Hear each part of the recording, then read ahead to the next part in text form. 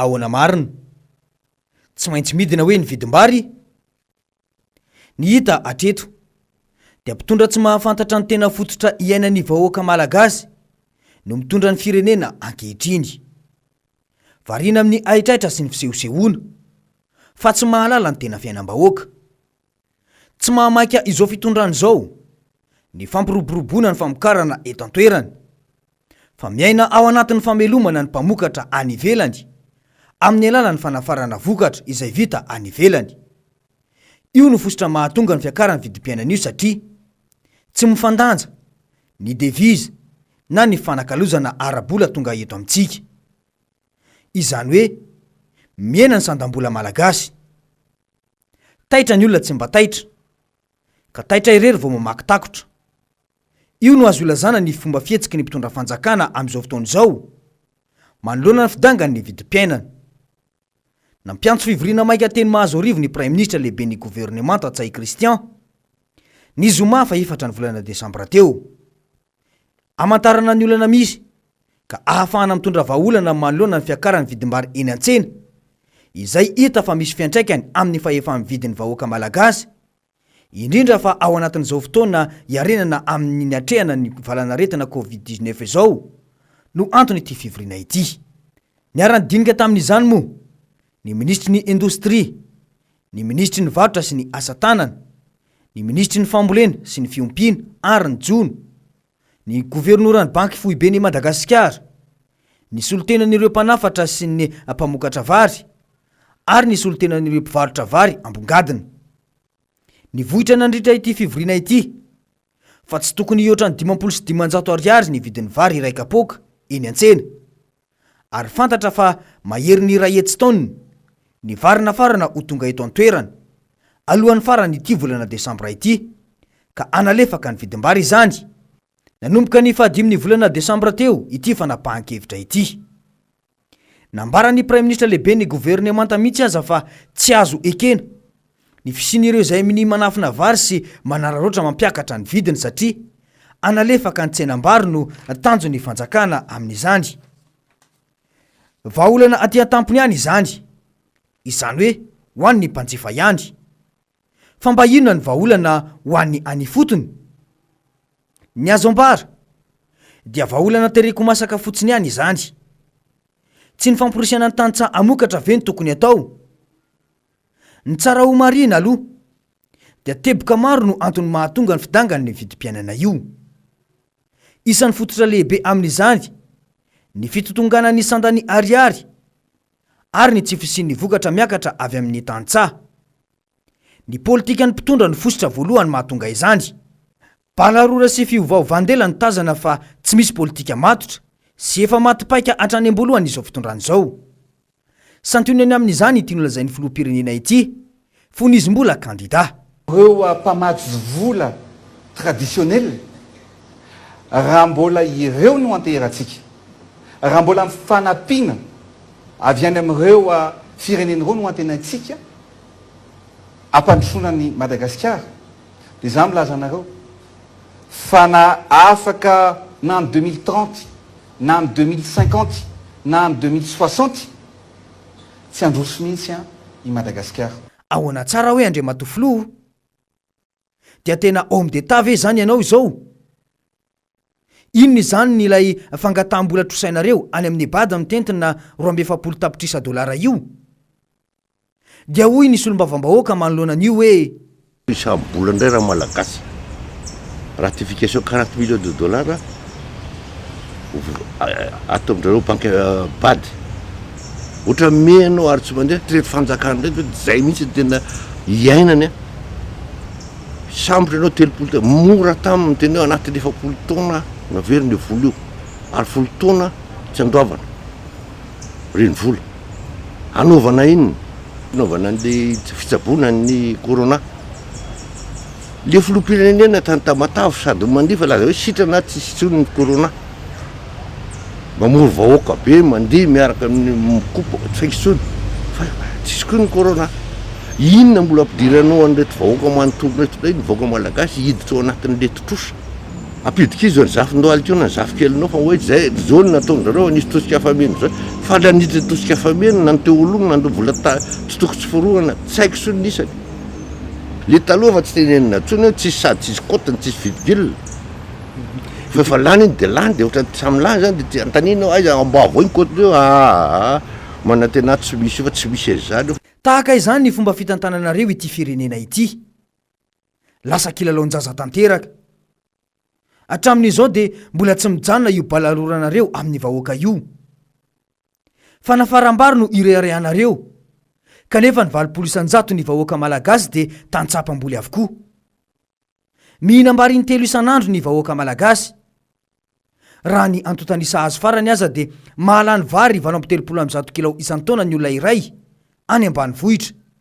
raha toka 710 kilao isan-taona isan'ny olona izany ho aneto andreny vohitra mba hafantatry ny mpitondra ve io filan'ny vahoaka malagasy io 7 tapitrisa mahery mantsy ny vahoaka malagasy amin'izao ina no paikady avy amin'ny fanjakana ho fampirisena ny tantsamba hamokatra ity mantsy no fanadiadiny ny mpanao gazety tena problème tantsaha ity de tena ny rano mijala izy faharoa manarakaraka zany ny rano mivery amin'ny kipa fotsiny tsy makady tsy makaroa nefa mainy amin'ny vary isa-taona ny pipa manosika raha makaty fa azao reo avelanareo maina le vary tsisy fotombotsy ho anay mihitsy le vary amin'izao fotoana zao ka inona no mba paikadinareo zao zao no problème an'ity vary ity vary tokony hiteraka vary ao anatin'ny fiterahana tsy ampy rano sady tsy amporana ny raha 70% tokony hivoaka an'ity vary ity lasa 30% sisa satria anakofy io vary io de lasa maty zay tantsaha zao mazo an'tay mazo anay ambany voatra ty ny vary jereo ty vary lay ohatra n'iny ny alavany ny tsivokesa jereo mbola misy any tsivokesa ry mbola ato padika atsimo ambadika avaratsa ataony maty tena mijaly jeraka mba jereo ny fanjakana tena mariny tena mijaly mba jereo fianarivo le maka fianarivo atsimo rano zay jereo zay asio rano ty aminay ty tsy avidivilinareo any le rano zona mitoy de azo lazaina kere tanteraka amin'ny vahoaka amin'ny fianarivo tompo inona no vahaolana arosin'ny fotoanam-panjakana momba izany fiainam-bahoaka izany ary ny fahalalana izany ho zava-dehibe no isan'ny antony nahatonga ireo razambe izay nanjaka teto taloha nanokana fotoana mihitsy anaovana sy anajariana toeram-pambolena isan'izany ny le makibe tsy mitatatra etsy ambotro manjaka ity le makity aza mora tsy ahivina de saika ho totofany filoham-pirenena ankehitriny mba hanaovana tranomezinezina ho an'ireo ministera ono fa tery Antananarivo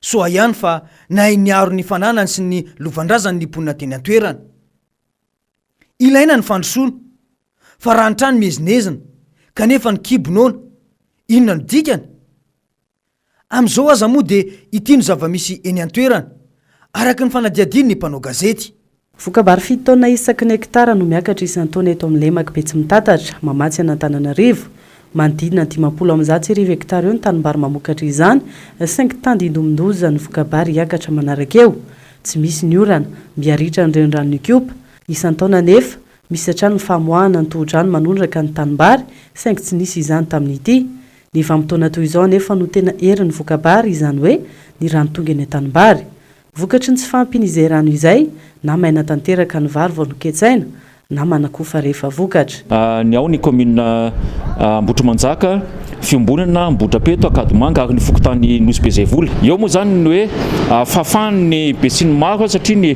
hevitry ny rehetra no entina amin'ny fotoana io eo zany mba hoe afaka hisaotra n'Andriamanitra afaka hifampisaotra ary afaka hifanakalo hevitra ihany koa satria mbola mandalo fotoan-tsarotra zany lemaka be tsy mitatatra zany amin'izao fotoana zao de ny tsy fampiniorana maina ny tany ny rano ny kiopa tsy fantatra hoe avaiza no misy olana satria raha ny tena fandeha zany de tsy tonga eny amin'ny lemaka io le rano tokony hanondraka an'izay tanimbary zay ka fotoana dehibe io afana mifanakalo hevitra fotoana dehibe ihany koa afana mitondra ny sosokevitra satria be dehibe ny resaka mandeha amin'izao fotoana zao hoe sanatria ve misy manakana le rano sanatria ve misy manao an'izao misy manao an'izao tsy mitsamiakatra ny vidim-bary eny an-tsena amin'izao tsy hita ny fampiarana ny baiko nomen'ny prime ministra nilaza fa tazoma 500 sy 500 ariary ny kapoaka ny vary nilazo maty antoka ny mpivarotra ka tsy afaka mampidina avetrany entany izay no zava-misy eny amin'ny toerana izay isan'ny mpamatsy vary an'Antananarivo ity amin'izao fotoana izao fa ny amarana anazy de ny fitaranan'ireo tantsata ny manjakandrina nandritra ny fitsidian'ny filomary Karavalomana azy ireo.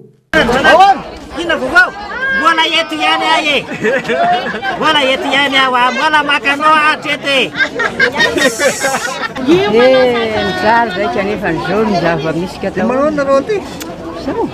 Zao mijoro mbola tain'Andriamanitra zao dia mbola zay. Io ihany ny atsika. Ary 100 sosisy salama dada. Ie. Tana le tsy vae tena tsy malaky ny ady amin'ny kapoaka zao. Telonjato roa arivo basy zay tena tsisy asa tsisy ninona. Nefa mizaza pia manano tena mafy mihitsy ty marina. Milanao ny firenena. Tsisy olona mandalo mihitsy. Tokony averina azy kafa nalembonasan'ny président. Isan'nay tanora. Dia anao zany mezaka hoe manao an'le zaka fahefan'ny vahoaka satria raha atao lafo be koa le izy dia lasa tsy mividy le olona dia na le mpivarotra na le mpividy samy tsy mihinana dia samy matiny ao. Tena maheno raha. Tena Aiza zay mbo tosika afameny vakiny dina hatramin'izay zero. Tsisy ninona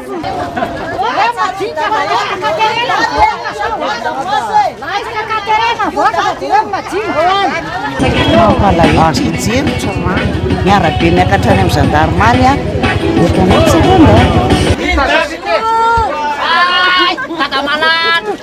tsiranda. Ndray tonga faly be zay. Faly be zay. Tena faly be zay. Sady nalahelo zay faly. Dia faly be zay zao. Manana fanantenana be zay amin'ny dady. Tena velony dady. Merci président. Mandeha mitandrazana dada. Zero vahoaka dada. Ny azo ambara dia fahantrana sy anoanam-bahoaka manara-penitra no misy eto. Ny fahavononanareo nolazaina tany amboalohany no asehoy fa aza vokisana balarora sy tereko masaka amin'ny fanapahan-kevitra zay metimety aminareo mpitondra ny vahoaka ka tsy maintsy no teny entina ifehezana ny olana misy eto.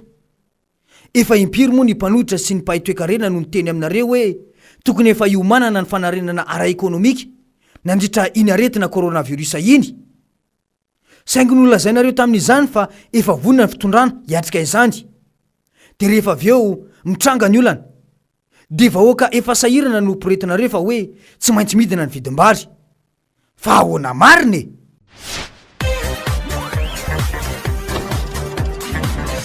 Ahoana mariny?